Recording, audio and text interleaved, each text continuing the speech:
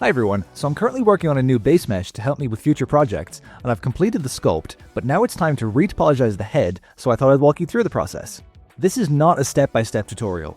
Every character is going to be different, so yes, you can use what I'm doing as a guide for your own models, but you shouldn't try to copy the topology exactly. You can follow along with the steps and workflow, but the end results will most likely be very different. So the first and probably most important part of face and head retopology is planning where your loops need to go.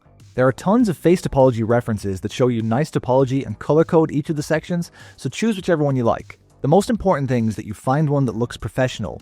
Sometimes these topology images are actually people posting on forums asking if their topology is good, so try and look for the more professional looking ones. I'll be using this one by Tom Parker, who has worked on the Warhammer series and the Batman Arkham games, so he clearly knows how to make characters, and we can see that this topology flows nicely. So back in Blender, we need to start planning the topology, and we can do this with the Annotate tool. On the left-hand side of the viewport, you'll see the Annotate tool. When we select it, a new bar will appear at the top, and the main thing we want to do is set the placement to surface. Now when we draw, it will be drawn directly on the model. An easy way to access the Annotate tool is by holding D and drawing with your mouse. This can be done from any mode, so it's a very convenient way of taking notes or for drawing reference lines. So all I do is start going around the model, drawing the guides using the topology reference that I showed earlier. This is a relatively quick process, so it might take you 15 minutes to plan it out, but it really does help, and it's also easy to change at this point. It won't be as easy if you're in the middle of your retopology and realize your loops don't match up.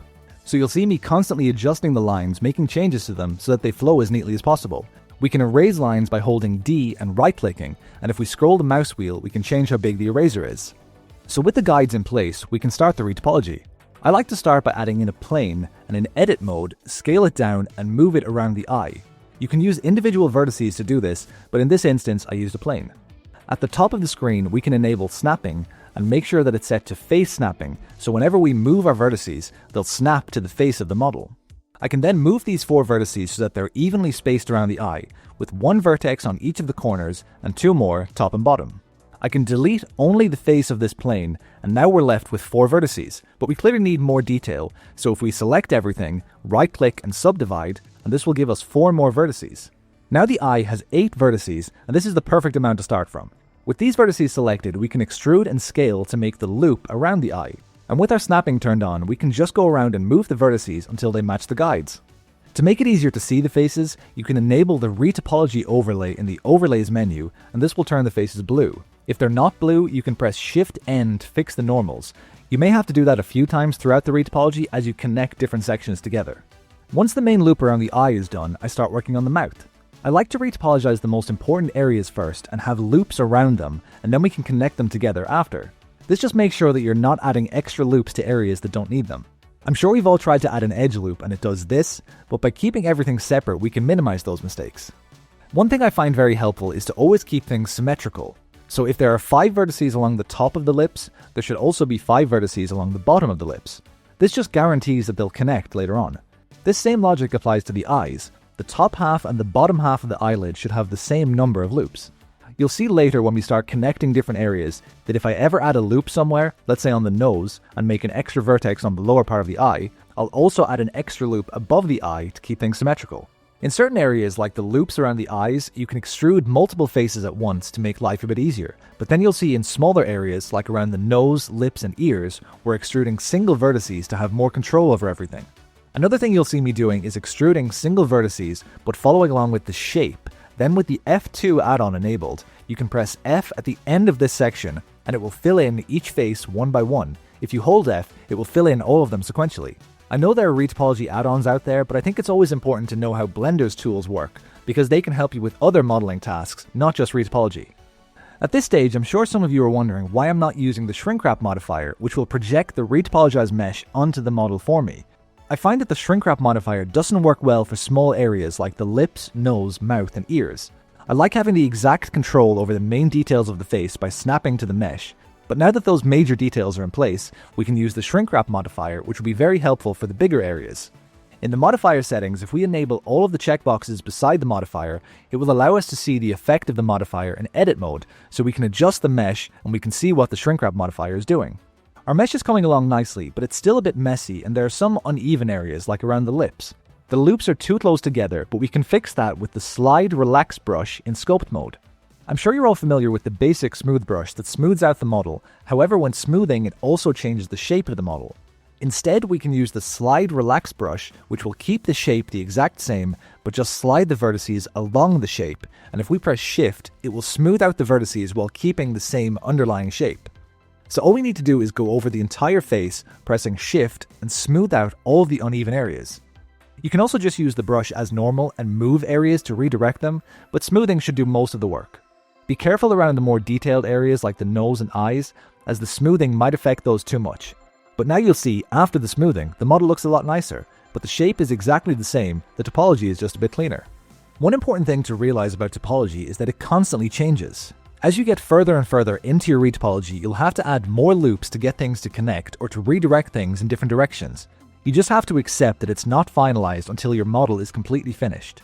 You'll see here that I wanted to add some more detail to the nostrils by adding a loop cut, but this loop went all the way down to the lip, but looking at the nose it would make more sense to redirect across the nose to give it some more detail.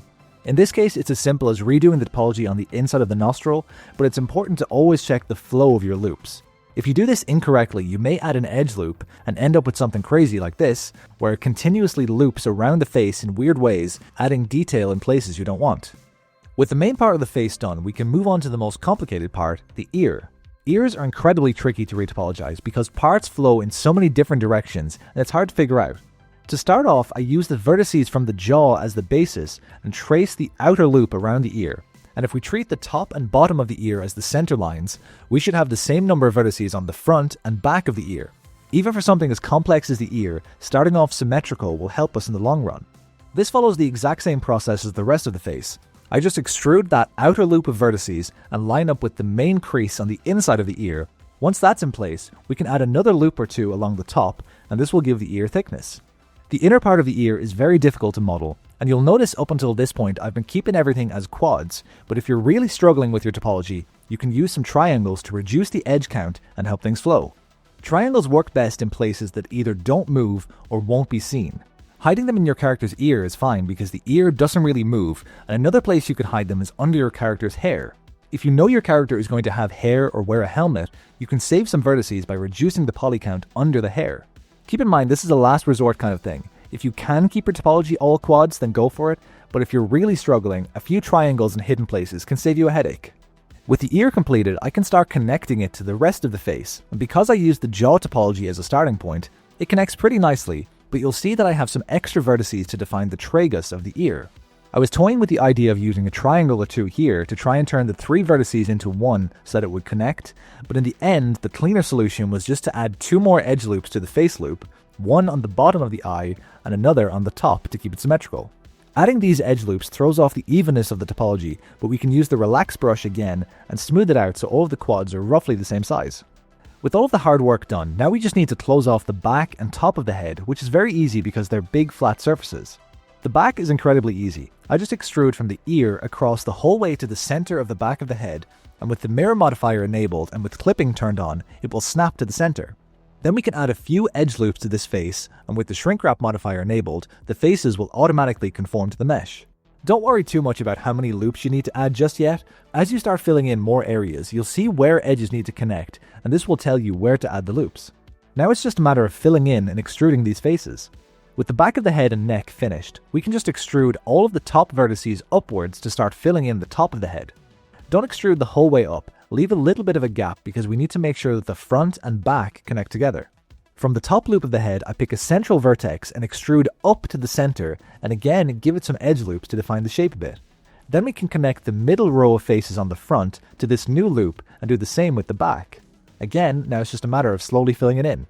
Connect each edge on top to the corresponding edge on the bottom, and as you keep doing this, you'll see where you need to add more loops to make them connect. As you're doing this, don't forget to use the relax brush to smooth out the vertices, and this will make it easier to see where you need to add the loops. The back should be slightly easier to connect as it will have fewer vertices in the front, but once you have it finished, you should have a hole on the front of the face, and from here it should be very clear how many loops you need to add to make them match up. So looking at this hole, we can count 3 vertices along the bottom, but none on the top, so we need to add 3 edge loops, and then we can connect them. This obviously looks very bad at the moment because everything is spaced so unevenly, but once again, with the smooth relax brush, we can even this out, and now we have nice clean topology that flows nicely from the front to the back of the head. The last thing we have to do now is finish the lips. This isn't too difficult, you just need to make sure you leave the top lip and bottom lip separated. So you can fill in the entire thing and then separate the middle of the lips with V, or you can just extrude the top lip and bottom lip separately. You can then add a couple of loops to define the shape of the lips, and the shrink wrap modifier will make them stick to the model. At this point we can apply the shrink wrap modifier because we need to make the inside of the mouth, which is commonly referred to as a mouth bag. If we left the shrink wrap modifier enabled, the inside of the mouth will be constantly wrapped onto the outside of the mesh, which will look very strange and it won't be very easy to work with. You can extrude the edges of the lips backwards to start creating the mouth, and scale and adjust it until it forms a rounded shape. At this point we still want to be able to see the inside of the head so that we can make a rough shape for the inside of the mouth, but in a minute we can separate these. If you select the edge loop between the lips and mouth, we can press V and this will rip them, which will leave us with separate pieces. Now with the mouth bag selected, press Shift H and this will hide everything else. Now we don't have to worry about messing up the outside of the face, and we'll know for certain that everything will connect. This isn't too difficult, and you'll see me using sculpt mode a lot to smooth out and adjust the shape. Don't be afraid to use sculpt mode for stuff like this. You could do this using proportional editing, but in sculpt mode you can use the grab brush and then at any point press Shift to smooth it out, so in the end it will make the shape a lot smoother. Our topology is finished now, but just to smooth it out we can add the Subdivision modifier and start creasing some areas to keep our definition. By pressing Shift E and dragging our mouse, we can create creases, and these will keep the areas sharp. So you can add the creases wherever your model is getting too smooth, so probably around the nose, ears, eyes and mouth. The Subdivision modifier will also separate the lips because it's smoothing them, but you can easily adjust this to close the mouth again. The subsurf also makes the model slightly smaller because it smooths out the whole face. So if you want, you could add another shrink wrap modifier and project back onto the sculpt to retain the definition, but just make sure to use a vertex group for the shrink wrap, as we don't want the mouth bag to be projected onto the face. In your vertex group settings, assign the entire face to a value of 1, and the inside of the mouth should be 0. Subdividing will also show you any shading artifacts, so you can see just around the eye, we have a weird shadow, so that needs to be fixed. This was fixed by creating another loop around the eye with the knife tool, and then merging vertices to create new loops, and this should move the pole away from the eye crease, and it should be a bit more hidden. As you can see, the topology is pretty much finished. However, even at this stage, we're still making adjustments to it. They should only be very minor changes, so don't worry too much about creating absolute perfect topology from the very beginning, because it will change constantly.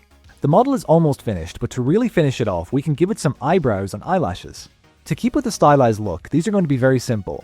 I have existing ones that I was using to help with the sculpt, but we'll make new ones from scratch. The eyebrows start off as a very simple plane that we extrude and snap to the brow of the character. We can then give it a solidify modifier and change the offset to 1 so that it extrudes outwards. Then to smooth it out to match the rest of the character, we can add the subdivision surface modifier, and this will smooth the edges of the eyebrows. The subsurf modifier makes the eyebrows a bit smaller, but with a little bit of adjusting we can thicken them up again. You can also reorder the subsurf and solidify if you wanted the eyebrows to have sharp edges. For the eyelashes, after we plan out the shape, we can just go into edit mode and select the vertices around the eye that follow the shape and duplicate them. Again, this just makes sure that if we want to connect the eyelashes back onto the eyelids, we can do it easily because they have the same number of vertices. The eyelashes are created with some basic extrusions, just making sure that you curve them from the side as well as the front. You want the eyelashes to have a bit of an upwards curve. It takes a little bit of fine-tuning to make sure that it looks smooth and flows nicely, but they're pretty easy to make. And finally, the head model is fully completed. From here, you can UV unwrap, texture, sculpt, or animate. The techniques and methods I explained should work for most characters from stylized to realistic, but as I mentioned at the beginning, don't try to copy the topology directly. Use it as a guide and a learning tool, and hopefully from now on, you should be able to create nice face topology every single time. So thanks for watching, and I'll see you in the next video.